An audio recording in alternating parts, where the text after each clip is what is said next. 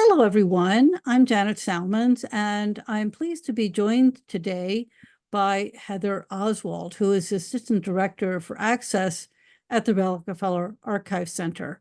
Because this month I want to focus on archival research, online and offline, what's involved and some of the dynamics of that kind of research. So, Heather, why don't you start by introducing yourself and telling us a little bit about the Rockefeller Archive Center?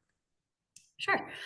So as you said, Janet, Heather Oswald, I'm the Assistant Director for Access, managing an access team that consists of 8 staff, including professional archivists, paraprofessionals, and paraprofessionals who ensure that our researchers, both here on site at the Rockefeller Archive Center and across the globe, have access to our resources. I've actually only been at the Rockefeller Archive Center for about 6 weeks at this point. I am new to the position, but I've had a long career at other institutions, including Harvard and Emory University in Atlanta, all focused on access and outreach. Here at the Rockefeller Archive Center, this organization was founded in 1974 by members of the Rockefeller family in order to really ensure that the records of their philanthropic work and their impact on the world were preserved and made available for future understanding. Since then, over the ensuing 50 years, we have grown exponentially, acquiring the records of many other philanthropic organizations and others who do work on behalf of the public good, including the Ford Foundation and the Knight Foundation. And we continue to actively collect to understand the philanthropic world today. Our mission is to preserve, manage, steward, and most importantly for me, make available and make accessible these records to inspire critical analysis, but also to ensure the development and dissemination of knowledge related to this work across multiple communities. And just, for our listeners, I discovered the Rockefeller Archive Center because I visited, as a scholar and, dug into the paper documents in correspondence.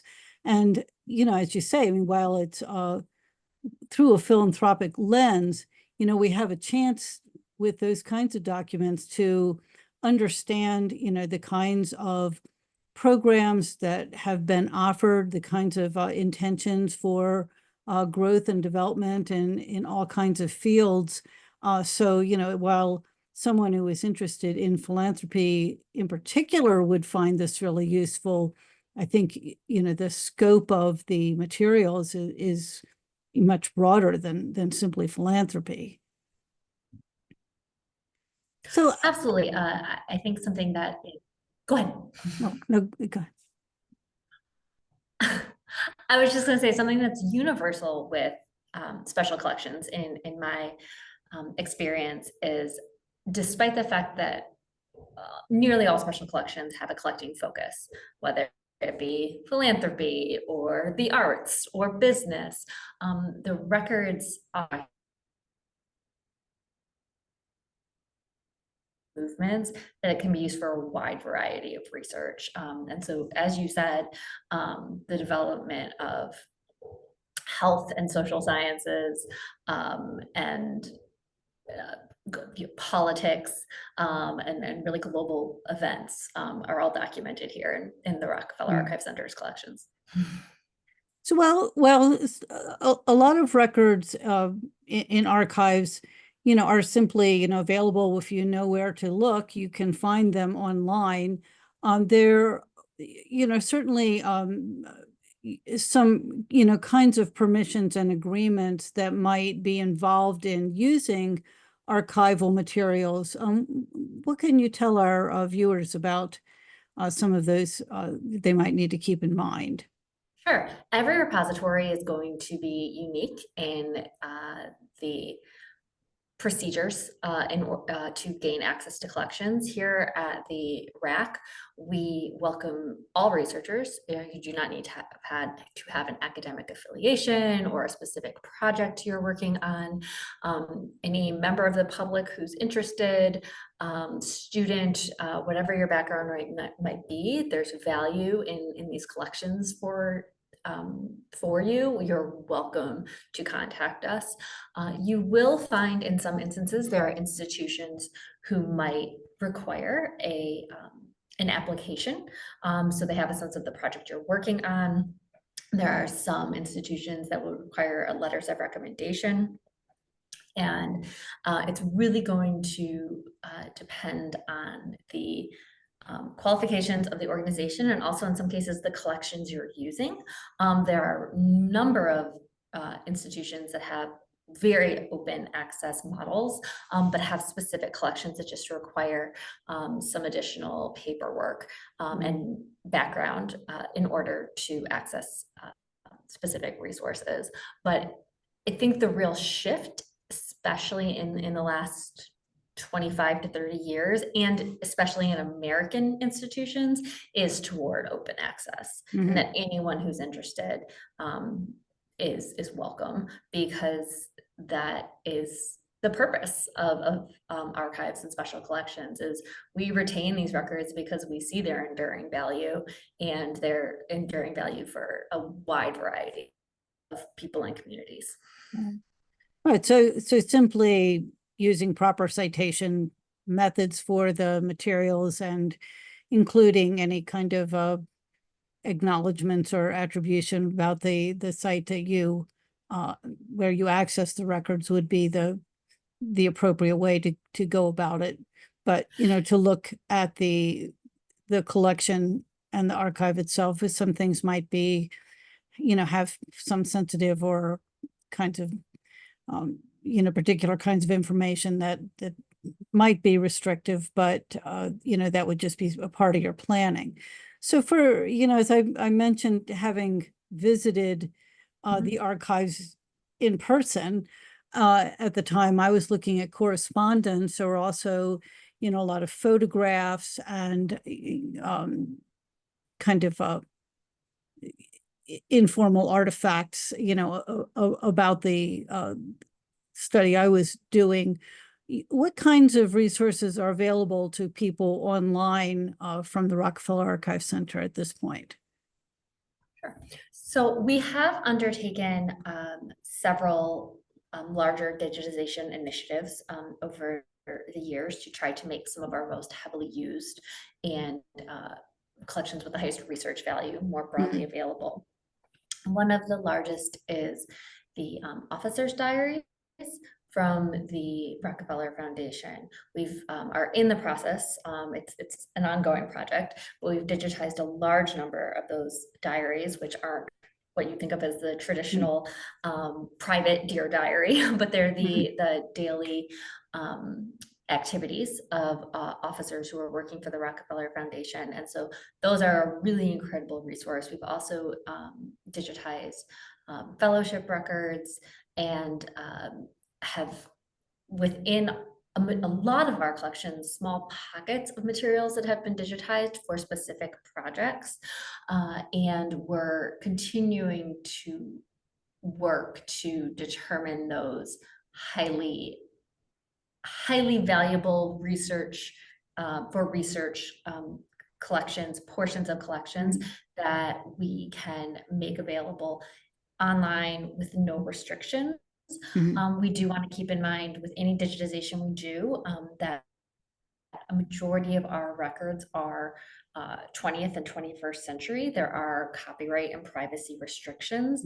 And so that's always a consideration as we're doing digitization, is can we make it freely available online versus can we make it available, but there might be some forms of mediation where a user requests it and we're able to easily send it to them or provide online access to them, but it wouldn't be open to everyone just on a search engine. Right. So for researchers to really take a look at the collection and the materials that are available and look for any of those kinds of restrictions, partly just in terms of timing, as you're planning your project and trying to think about, what the stages of the process might be, that we need to allow for some time to make sure that we can have that correspondence and ensure that the access is available. At the same time, I mean, not everything has been digitized, as you've mentioned, you have to be selective. It's very time intensive and expensive to do this kind of digitalization, and you're dealing with fragile and antique documents sometimes. So what kinds of materials might someone expect they would need to actually go on site to study? It is going to vary. For instance, the officer diaries that are in the process of being completely digitized for the Rockefeller Foundation, there might be something similar in one of our other foundation collections, but those have not yet gone through the process of digitization. So it's not necessarily that one particular format would be digitized versus not. It's going to depend on the collection, the level of use, very as you noted, the condition. And in many cases, we're looking at a couple of different criteria for why we may digitize something versus why it may be something that's not yet digitized. And only a tiny, tiny fraction of most archival collections are digitized. It's the one of the number one questions we get in the field is, why isn't everything just digitized? As you said, it is incredibly time intensive. It is not just about scanning. It's also about all of the additional work of providing meaningful access to collections, whether that be through description, platform, assessment of rights, to ensure that we are helping users not just access the material, but understand what that material is. And so when we think about a digitization project, we're looking at the research value of the materials, the format of the materials, if they're the donor agreement. And in some cases that can go both ways. There are some donor agreements that stipulate that they'd like all of their collection made available online as soon as possible, and others where, for a whole host of reasons, they do not want their materials available online. And is there an opportunity to connect researchers to sources in new ways? That's particularly true, as you noted. You're going through a large volume of material, and in some cases that is to write a narrative, to flesh out details, and in other cases it's really looking for data. And so by digitizing large groupings of records, does it allow you to pull out information and approach a topic or a subject in a new way? So we're looking for those opportunities when we're thinking about digitization, but in some cases we can't digitize due to the volume of material, sensitive information that may be within the collections, or again, the donor agreement. So we're always thinking about what is going to serve the largest number of users. But that changes over time. Topics change, research trends change. So we are always assessing the types of questions we're getting, what topics the researchers who come into our reading room are asking about, and then using that to help guide the strategy long term. So might someone, begin by looking at the online availability and then start to say, well, these are the kinds of resources I'm looking for, and then would they then communicate with the archives to say, well, gee, I'm looking at this topic, I see you have these resources, do you have other materials on site? Because obviously to visit your archive, or I think, the ideas we're suggesting here, apply, more broadly, so if you're going to go to a location, that involves time and money, so you've got to have some planning involved. So looking at the digitized resources might kind of give you a starting point, shall we say, to then dig in more deeply. Absolutely. I think that digitized resources are always a good place to start, with the acknowledgement and understanding that there's so much more that's out there.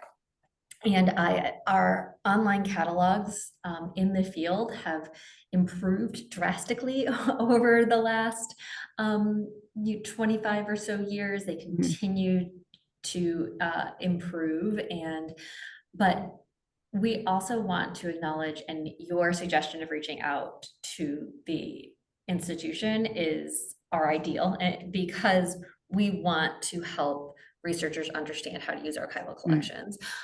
There are so many people who just don't have the experience because they haven't had the opportunity to work in an archival collection. And it's not the same as going and getting a published resource that has the narrative laid out for you. And to understand the different ways you may need to approach a collection. Collection might not have your keyword, but it doesn't mean that if you don't go to, an example being, you're interested in a fellowship program, and so you search for the name of that fellowship program, you might get a lot of examples of description that includes that, but you also might want to look at the board of directors minutes or administrative records that won't ever list that in the description, but most likely had a large hand in shaping these programs over time. So it's not about the keyword easy Google search. It's about understanding how these records are structured based on the organization, institution, business, or individual from which they came. And archivists are delighted to help help you understand that larger context. It is some of the most important work we do, helping to guide users through this process of using archival records. Right. So I guess, one of the pieces of advice would be to begin that dialogue and try to find the people who can help to advise you. Are there any examples that you would like to, could you show us an example, of a collection at the, what's available online? Sure. Well, and I can show you an example that specifically calls out, I think, how large and complex these collections can be, but the really wealth of information that you can find in them. Just give me a moment to pull up one of these. And our online finding aid platform or archival discovery platform is called DIMES. And it has a couple of really wonderful tools within it that I'll talk about once I've pulled it up.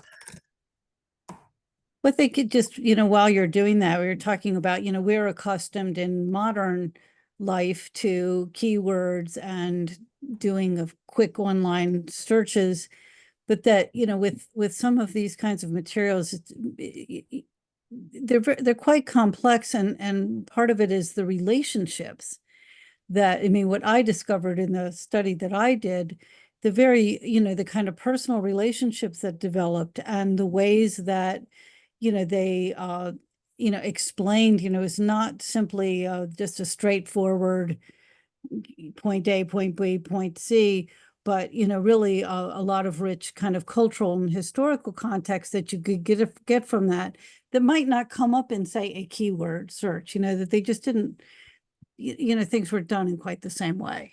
Exactly. And I think it is because it's not just about the larger context of a collection. Can you see my screen? Yes. Great.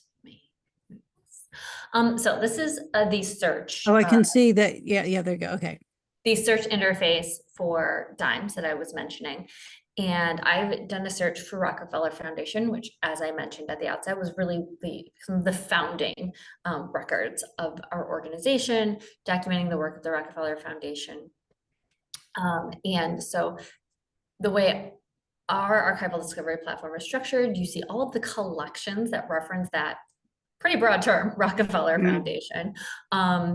but it also lists the number of matches, so the number of times that term appears within a collection. So it's really useful for a researcher for planning of what's the volume of material I'm going to find. And you noted this, you might start with the online records, but then you need to know, is there, you know, one folder of material that might only take a few minutes to review, or I might want to ask for that to be scanned and provided to me remotely versus, you know, there's boxes and boxes of materials I'm really going to want to dig into to understand a large topic that's covered in the collection. So what you're going to see in a finding aid on our site, Dimes, is a overall description of the collection over here on the left, which gives you, again, really good overview, not only of the types of records you're going to find in a collection, but the organization or individual in these biographical / historical notes. They're going to give you, again, that larger historical context about where this organization fits in to what was happening at the time of its founding or the time of its work. It's not going to be comprehensive. It's not meant to be an academic history, but it helps to ground you in the records that you're going to be reviewing, or the description of the records that you're seeing over here. Then archival collections, and this is very important for users to note with most archival collections is, again, they're large and they're complex. So what we do to try to make them more manageable is to break them down into series of records. So series, and that's typically by the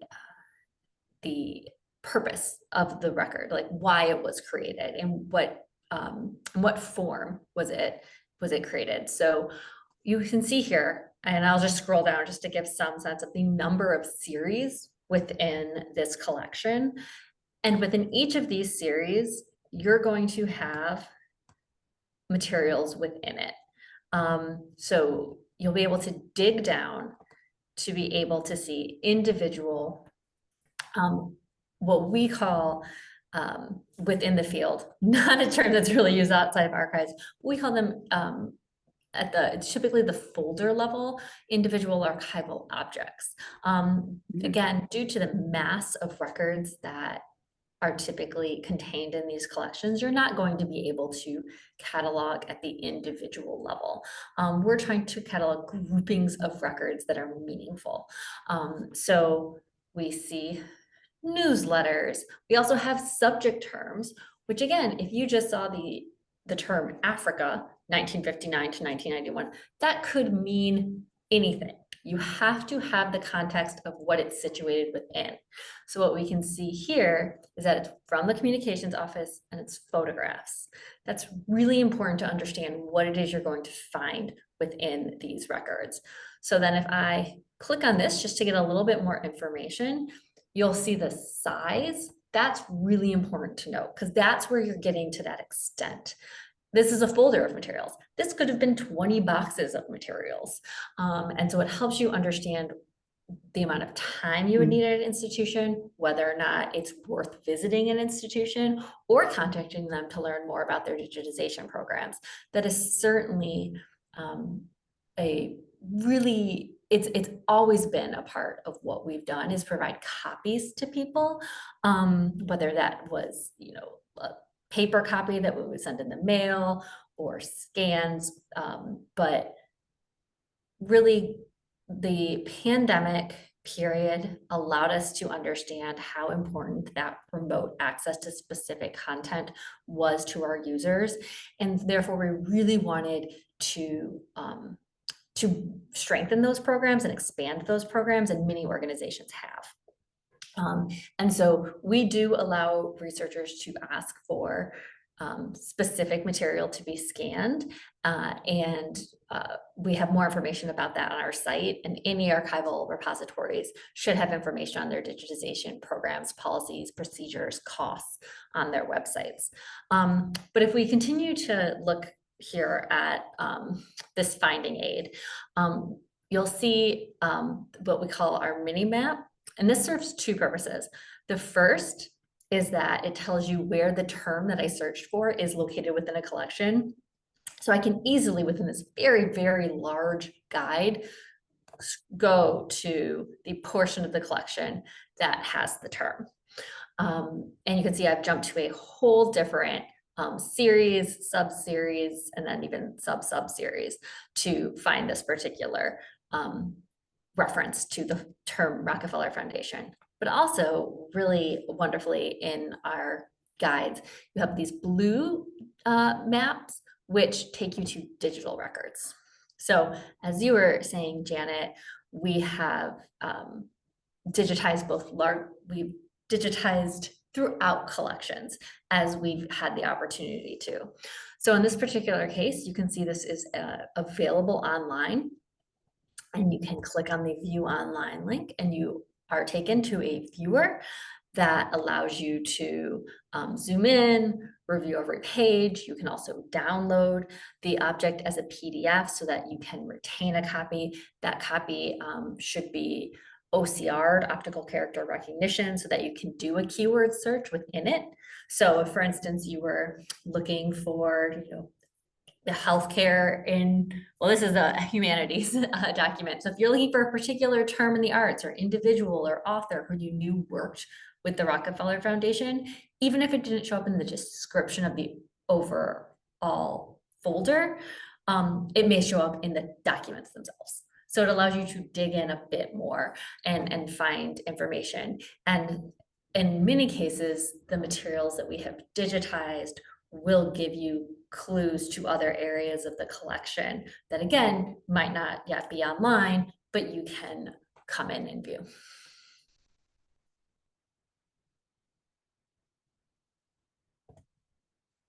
Well, I think this is very helpful, and I love the map showing, whether the material is available online or not. So what else would you suggest to someone who is thinking about doing archival research, either as a foundation for a contemporary study or, as the basis for the entire research? What recommendations do you have? What do you at the archives wish that researchers understood embarking on this kind of study? We've already covered it, but I think it's always worth repeating. We are here to help. It is reach out if you have questions about what you're finding on our catalogs and discovery platforms. With the general topic, as not every topic is going to be as relevant to a particular repository, and you want to make sure that you're really finding the records that are most pertinent to the research you're doing. So whether you are at the broad starting point of knowing you're looking for some primary sources for a project, or you have started to dig in and make a list of the resources you'd like to view, but just want to make sure you're not missing anything, and really ensuring that you're maximizing your time. I'd also say that when you do arrive, we have seen just such a shift from researchers who are coming in and reading the materials and taking notes to researchers who are coming in and they're photographing everything because they want to capture as much content as possible and then take it back and continue their research back at whether it be their home institution or just back in a more comfortable location. And we are in full support of that, but we want to ensure that you're capturing all of the information you need in case you have questions or need to come back. So documenting every box you're looking at, the folders you're looking within as part of any photography is incredibly important because, as you mentioned at the outset, we are hopeful that anything that you're citing will allow the next researcher to find it. That is why citation is so important to archivists, is we just want to ensure that the next person who thought what you did was incredibly interesting and wants to go see the sources you use can find those sources. And we do understand that over time, for a variety of reasons, for preservation, the reprocessing of collections, they're going to description or box and folder numbers may change. So we need as detailed a description as possible so that we can point that next researcher in 20 years to the exact same sources, which is the ongoing value of archival collections. Is they're not going to change over time. They maintain constancy, and we want to be able to ensure that we are stewarding those collections so that we can continue to provide access. Well, thank you for showing us those examples. So I think just seeing what you presented will hopefully make it clear, why it's important to document, which folder and which box and which category, because these collections are so large and complicated. But thank you for taking the time, and I hope that this is useful to our viewers, who are thinking about the ways that they can use this kind of historical and sometimes contemporary materials that are available through archives. And I will say that as you're thinking about more contemporary materials, I think we're going to see more and more collections that are, they're born digital. They are accessible via computer, but we will continue to be developing new methods of accessing those collections, whether it be because of those privacy and copyright concerns that we spoke about earlier, or because of their original format, that we need to present them in such a way that they're still understandable and readable to the researcher outside of that organizational context. So it is the exciting, I think, new frontiers of archival research and archival access. But what will not change is that public services, access, reference staff who are happy to help. So if I can leave anyone with one piece of advice, it's reach out and ask questions, because we want to ensure that your research is successful. And that is something that's different from simply doing your general online search where, there's no one to ask about it. So here, we're talking about people who are experts and deeply familiar with the materials. So that's I think a wonderful asset to doing this kind of research. Thank you for taking the time, and it's very interesting. Thank you so much for having me.